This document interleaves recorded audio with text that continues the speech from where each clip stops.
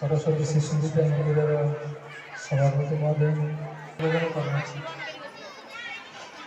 1988 मसीहा जुलाई मास 8 तारिख भली एक पवित्र अवसर में केतजन शुभेच्छु एवं हितैषी प्रचेषार कुआनाभ देता आमर आदर्श पवित्र शिक्षानुष्ठान सरस्वती शिशु विद्या मंदिर मासार प्रगति पथर आसी अनेक हाथ प्रतिभा बड़जन जहादी अग्रसर हो सफलतार निश्चित चढ़ी आमर यही शिशु अनुष्ठान आज 38 वर्ष युवावस्था पदार्पण कर स्वतंत्र कार्यालय प्रकोष्ठ आचार्य साधन कक्ष श्री गुरुजी पाठागार प्रकोष्ठ अतिथि प्रकोष्ठ स्वतंत्र व्यवस्थित दुईटी बौद्धिक मंडप शिक्षादान कार्यक्रम में शिशु बाटिका 1 अरुण उदय प्रभाषिणी विभाग 141 जन शिशु बाटिका 2 प्रथम और द्वितीय श्रेणी विभाग 187 जन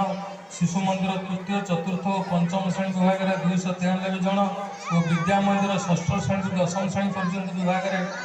250 जन सर्वमोट 811 ग्रहण करुँच। यही शिक्षादान कार्यक्रम को संयोजित करने निमंते शिशु बाटिका 1 विभाग 5 जन शिशु बाटिका 2 विभाग 9 जन शिशु मंदिर विभाग 14 जन और विद्या मंदिर विभाग 12 जन सहित कार्यालय निमंते 1 जन और कंप्यूटर शिक्षा निमंते 1 जन मोट 42 जन शिक्षा प्रशिक्षित आचार्य एवं 4 जन सेविक सेविका भाई भौणी कार्यरत अच्छा 10टी विद्यालय आचार्य मैंने जातीय शिक्षा नीति आधार प्रशिक्षण होते यही प्रशिक्षण निमंते विद्या मंदिर 4 जन आचार्य को सरस्वती शिशु विद्या मंदिर केन्द्रापड़ा को प्रदान कर चलित शिक्षा वर्ष में गत डिसेम्बर मासर आचार्य प्रशिक्षण निमंते शिशु बाटिका 1 विभाग श्रीमती प्रतिमा दास एवं शिशु बाटिका 2 विभाग श्रीमती संजुलता पाइटाले को सरस्वती विद्या मंदिर जटन प्रशिक्षित कर शिशु विद्या मंदिर शिक्षा लाभ करता छात्र छात्री भाई भाई मानक साधारण गणित प्रतिभा परीक्षा एनआरटीएस परीक्षा शिक्षा विकास समितिर ओडिशा तरफ प्रादेशिक मेधा परीक्षा और श्री भारती कृष्ण गणित प्रतिभा परीक्षा आदि परीक्षा आम भाई भाई मैंने अंशग्रहण कर कृतित्व देखाइबार सुजोग पाई व्यतीत नवम और दशम श्रेणी समस्त परीक्षा सरकार नियम अनुसार अनुष्ठित होती व्यवस्था अनुसार नवम और दशम श्रेणी भाई भाई मानकर 4टी इंटरनाल आसेसमेंट षाण्मासिक परीक्षा वार्षिक परीक्षा एवं बोर्ड परीक्षा माध्यम 92.33 हार रखी विद्यालय सर्वोच्च स्थान अधिकार कर शिशु विद्या मंदिर भाई भाई मानक सामग्रिक विकास को गुरुत्व प्रदान कर विभिन्न कार्यक्रम जपरी क्रीड़ा प्रश्न मंच विज्ञान और गणित प्रकल्प पत्रवाचन इत्यादि संकुल विभाग और संभाग स्तर अंशग्रहण पूर्वक सफलता अर्जन कर किशोर वर्गर दशम श्रेणी भौणी सुश्री दिव्य रश्मि नायक निबंध प्रतियोगितार संकुल स्तर प्रथम स्थान अधिकार कर बाल वर्गर गणित प्रश्न मंच श्रीमान साई अंशु दास श्रीमान साई सार्थक सामंतराय एवं श्रीमान रुद्र प्रताप सामंतराय विभाग स्तर प्रथम स्थान और संभाग स्तर में तृतीय स्थान अधिकार कर शिशु विद्या मंदिर स्तर में वार्षिक योजना आधार में विविध प्रतियोगिता मान आयोजन कर शिक्षा लाभ कर भाई भाई मानक अंतर्निहित गुणावलीर विकास कर सांस्कृतिक जनाऊँगी ये कही मो विराम नौची। भारत माता की जय। वंदे उत्कल जय माँ भजबयिनी जय माँ सरस्वती समस्त चैत्र शुक्ल आमर राष्ट्रीय नववर्ष जो हुए से चैत्र शुक्ल मसरे पड़े किंतु शुक्ल पक्ष किंतु आम जेहेतु वैचारिक धारा नववर्ष को जोटा कि प्रचलित तथा मो भाई भूल मानक मु जहाँ आज से पहुँची मुझे मो भाई भूल मानक आगे कहवाक चाहूँगी आम जो जगार वर्तमान आसी आम समस्ते पहुँची मो कथा जदि समस्त को शुभुव मुझे जोरदार कर आगे सर्वप्रथमे समस्त को कहबी आम अंचलर आराध्य देवता आम माटीर सर्वश्रेष्ठ परिचय आम तुलसी क्षेत्रर आराध्य देवता प्रभु श्री सिद्ध बलदेव जीकर ना टे जोर से नवा जय श्री सिद्ध बलदेव के मो कुनी कुनी भाई भाई माने समस्ते दुई हाथ टेकी ऊपर को आमे बलदेव जी वंदना करवा। जय श्री सिद्धा बलदेव जी की, जय श्री सिद्धा बलदेव जी की, भारत माता की। ए रिचार्ज हवा दरकार था तो मु भी इनती एडा एड सर्टिफिकेट के पार्टी करथि टिके दुष्ट थे किंतु धीरे धीरे गुरुजी गुरुमा जो जो कथा कहूले मु किंतु समस्त कथा सुनुथि। अब तुम मैंने समस्त सुनिबो ना नहीं, तुम बड़ भाई जो कथा कहबो तुम मैंने सुनिबो ना नहीं, जो माने आसी मंच आसी समस्त अतिथि माने अछंती समस्त कथा में सुनिबो ना नहीं। मो कुनी कुनी भाई भौणी माने ये विद्यालय रे सरस्वती शिशु विद्यालय रे जो माने समस्त पाखक मो वार्ता मो कथा सुनुची समस्त मत ध्यान देकर सुनिबा। आज होउची वार्षिक उत्सव आम विद्यालय आम समस्त आज हूँ खुशी मुहूर्त समस्त को एकाठी कर। तेणु जितेबाला अतिथि माने आसी आमर किछि समय यही घंटाटा आम समस्त कथा शुणा शुणवे ना नहीं। वार्षिक उत्सव सरस्वती शिशु विद्या मंदिर रे आज अनुष्ठित होउची। एठारे मंचासीन आम समस्त को मार्गदर्शन देवाई सुदूर कटक ओडिशा डॉक्टर गौतम महारण को आज कार्यक्रम में अनेक अनेक स्वागत और अभिनंदन। ये कार्यक्रम जहां सभापतित्व ये कार्यक्रम अनुष्ठित होउची आपण मानकर अति प्रिय आदरणीय श्रीयुक्त चंद्रमणि साहू सभापति परिचालना समिति एट उपस्थित अछंती सम्मानित अतिथि भावे 1 2 1 2 3 1 2 1 2 3 तब आमे जोठी भी रहिले हमको किछि ना किछि जगह शिक्षादान हमको करबा को पड़िबो। से शैशवावस्था रे हो कि यौवन अवस्था रे हो कि वार्धक्यावस्था रे हो सबुथिरे हमको किछि ना किछि शिखिबा को पड़िबो। मु जेहेतु आज आसी ए जगह मु जानि ये जगार अनेक अभिभावक माने आसी जो माने से विश्वास रखिंट जे जदि ये अनुष्ठान रे आमे पिला को पाठ पढ़ेबू ताले निश्चिंत भावे से पिला पाठ पढ़ेबा सहित राष्ट्र गठन रे मध्य सहभागिता रखिबो। तेणु मु निश्चिंत भावे उपस्थित थिबा समस्त कार्यकर्ता मानक कहबी से अभिभावक मानक पाई जोरदार करताली दिया जाऊ जे कि शिक्षानुष्ठान उपरे भरोसा रखि तांको पिला को विद्यालय रे पाठ पढ़े। 1 2 1 2 3 1 2 1 2 3 तब किछि दरकार नहीं आ 1 2 3 करबा पाई मु मो कुनी कुनी भाई भौणी मानक पाखरे जेतले पहुंचली एबे मु निश्चिंत भावे मु निजे सेल्फ सैटिस्फाइड अछि जे मो कुनी कुनी भाई भौणी माने मो कथा को सुनिबे। गोटे कथा समस्ते आमे मते टिके समस्ते देखि पारुनी बोली मो बारंबार बाहर को पळे आसुछि। एक्चुअली चिंता करंतु जेतले 1988 मसिया रे शिक्षानुष्ठान आरंभ हला से समय एबे बोधे अद्यवधि कहते कि 871 पिला अच्छा माने 1988 मसीह जो मार्साड़े शिव मंदिर रे आउ गोटे रोषेशाल गोटे माने रोषे हम शिव माने ठाकुर से रोषे धन्यवाद पात्र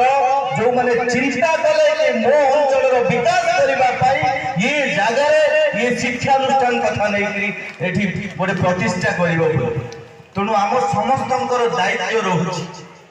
जितेबले शिक्षार विकास करने कथा नहीं आम आगू आगू बढ़ुं कारण आम 21 शताब्दी समस्त एबे एआई रो जुग आर्टिफिशियल इंटेलिजेंस रो जुग एबे कंप्यूटर रो जुग एबे समस्त को पाखरे मोबाइल आसी पहुंचलानी मो कुनी कुनी भाई भौणी माने मध्य घर को गले आगे बैग पत्र तो गाड़ी दौरान कि ना आगे बापांकर मांकर आगे मोबाइल उंडाल कौन जी जिनस बापा बो जानी ना ऑपरेट करवा ये कुनी कुनी भाई भौणी माने बेसी जानी सारे जानी ना तो मैंने जानी ना नहीं मोबाइल व्यवहार करवा को मान मोबाइल व्यवहार करवा जानी हाथ टेकिल बाबा सप्तरे तुमे माने होउछ जो परिकल्पना करा जाउछि जे यशस्वी प्रधानमंत्री ई भी बिंदाणी हेबे ताहले मोर ई कुनी कुनी भाई भौणी माने आगामी दिन रे निश्चित भावे भारत वर्ष को जश अर्जन करिबारे जो कथा कहउछि विश्व गुरु ଗୁରୁର ମାନ୍ୟତା ଦେବା ପାଇଁ ଭାରତ ବର୍ଷକୁ ଯେଉଁ ପରିକଳ୍ପନା କରାଯାଉଛି ସଂକଳ୍ପ ନିଆଯାଇଛି ସେ ସଂକଳ୍ପକୁ ସିଦ୍ଧି କରିବାର ଯଦି କେହି ବି ମାଧ୍ୟମ ହେଇଥାନ୍ତି ଏଇ ମୋ ଭାଇ ଭଉଣୀମାନେ। ମୁଁ ନିଶ୍ଚିନ୍ତ ଭାବେ ଏଠି ଯେଉଁ ଅଭିଭାବକ ମାନେ ଯେଉଁମାନେ ଅଛନ୍ତି ମୁଁ ସମସ୍ତଙ୍କୁ ଅନୁରୋଧ କରିବି। ମୁଁ କୁନି କୁନି ଭାଇ ଭଉଣୀମାନଙ୍କର ମୁଁ ଦେଖୁଥିଲି ଇଏ ବାର୍ଷିକ ବିବରଣୀ ପଠନ ଯେତେବେଳେ ନନା କରୁଥିଲେ ସେତେବେଳେ ନମ୍ବର ମାର୍କ ରଖୁଛନ୍ତି। ମୁଁ ତ କହିବି ସମସ୍ତେ ଟିକେ ଜୋରଦାର କରତାଳି ଦେବା ଭଉଣୀ ମୋନାଲି ପଣ୍ଡାଙ୍କୁ ଯିଏକି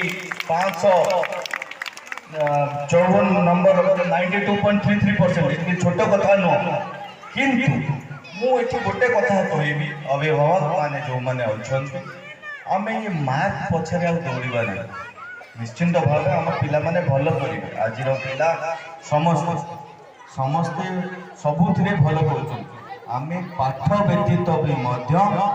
ଏକ୍ସଟ୍ରା କରିକୁଲାର ଆକ୍ଟିଭିଟିଜ୍ ଅନେକ କଥା ଆମର ଯଶସ୍ୱୀ ପ୍ରଧାନମନ୍ତ୍ରୀ ଆମ ସରକାର ବି ମଧ୍ୟ ଅନେକ ପ୍ରକାର ଯୋଜନା କରୁଛନ୍ତି। ଆମ ସରକାର ମଧ୍ୟ ଶୈକ୍ଷିକ ବିକାଶ ସହିତ ପିଲାମାନଙ୍କର ବୌଦ୍ଧିକ ବିକାଶ ପାଇଁ, ପିଲାମାନଙ୍କର ଶାରୀରିକ ବିକାଶ ପାଇଁ, ପିଲାମାନଙ୍କର ମାନସିକ ବିକାଶ ପାଇଁ ଅନେକ ପ୍ରକାର ଯୋଜନା କରୁଛନ୍ତି। ତେଣୁ ମୁଁ ନିଶ୍ଚିତ ଭାବେ ଅନୁରୋଧ ରଖିବି ଯେ ଆମେ ମାର୍କ ପଛରେ ଯେତିକି ଧାଉଁଛନ୍ତି ପିଲାକୁ ଏକ୍ସଟ୍ରା କରିକୁଲାର ଆକ୍ଟିଭିଟି, କିଏ ଗୀତରେ ଭଲ କରୁଛି, କିଏ ନାଚରେ ଭଲ କରୁଛି, କିଏ ବାଦ୍ୟଯନ୍ତ୍ରରେ ଭଲ କରୁଛି, କିଏ ଏସେ ରାଇଟିଂରେ ଭଲ କରୁଛି, କିଏ ଯିଏ ଯେଉଁଥିରେ ବି ପାରଙ୍ଗମ ଅଛି ଆମମାନଙ୍କ ପିଲାଙ୍କୁ ଆମେ ସମସ୍ତେ ସେ ଦିଗରେ ମଧ୍ୟ ପିଲାଟାକୁ ପଠେଇବା। କାରଣ ଆଜି କିଏ ଜାଣିଛି ଏ ଜାଗାରୁ ଆଜି କାହିଁକି କ୍ରିକେଟରେ ଯେ ତେନ୍ଦୁଲକର ଧୋନି କଥା କହୁଛନ୍ତି ଏ ଜାଗାରୁ କାହିଁକି ବାହାରିବେନି, କାହିଁକି ଏ ଜାଗାରୁ ମଧ୍ୟ ଅନେକ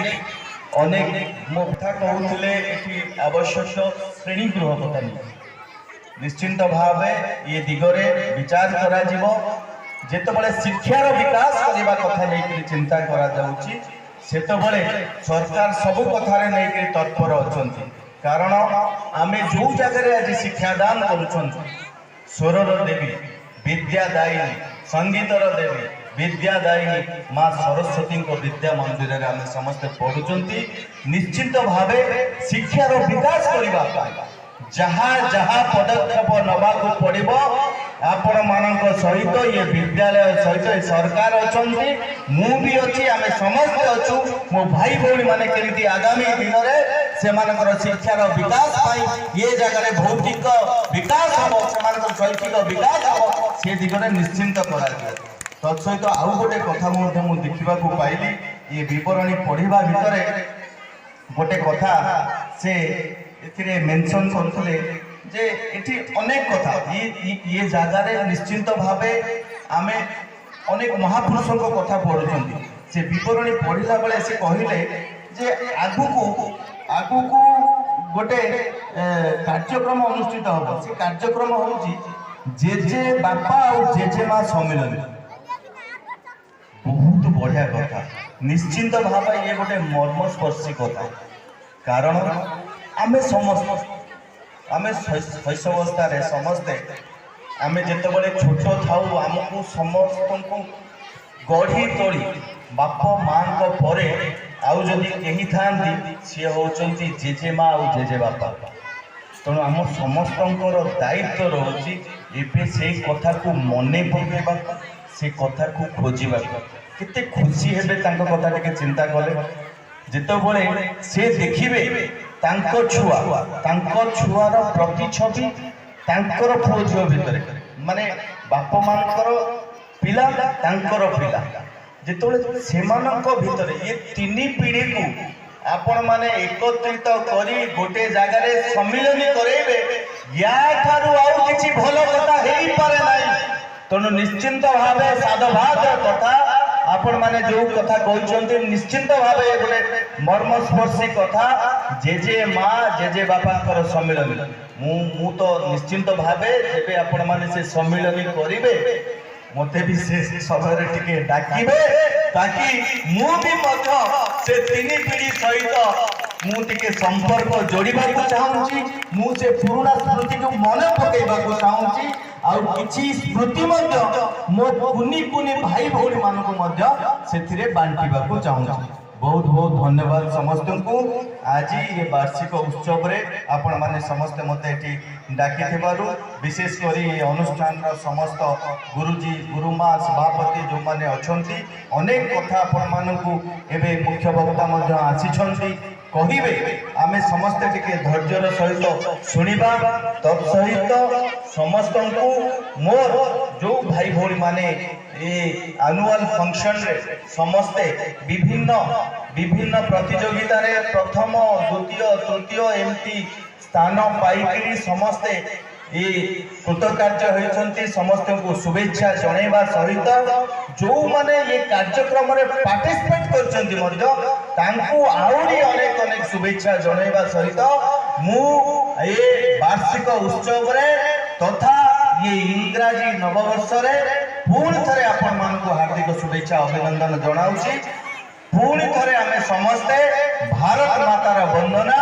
ଦୁଇ ହାତ ଟେକିକିରି ସମସ୍ତେ କରିବା। ବୋଲ ଭାରତ ମାତା କି, ଭାରତ ମାତା କି, ଭାରତ ମାତା କି। ବନ୍ଦେ ଉତ୍କଳ ଜନନୀ। ନମସ୍କାର। ମୋ সোনার দেশ নাম যা ভারতবর্ষ, এই মো সোনার দেশ নাম যা ভারতবর্ষ, তার মাটি পানি পবনরে, তার মাটি পানি পবনরে ঝরে মোঠর হস, এই মো সোনার দেশ নাম যা ভারতবর্ষ, এই মো সোনার দেশ নাম যা ভারতবর্ষ, এই দেশর মাটি সোনা, সোনা ফসলে ভরা, বহে গঙ্গা গোদাবরী, সোনা পানির ধারা, এই দেশর মাটি সোনা, সোনা ফসলে ভরা, বহে গঙ্গা গোদাবরী, সোনা পানির ধারা, সে তো আমারি পাই দানা দিয়ে যোগায়, সে তো আমারি পাই দানা দিয়ে যোগায়, ভরি মমতা পিয়ুষ, এই মো সোনার দেশ নাম যা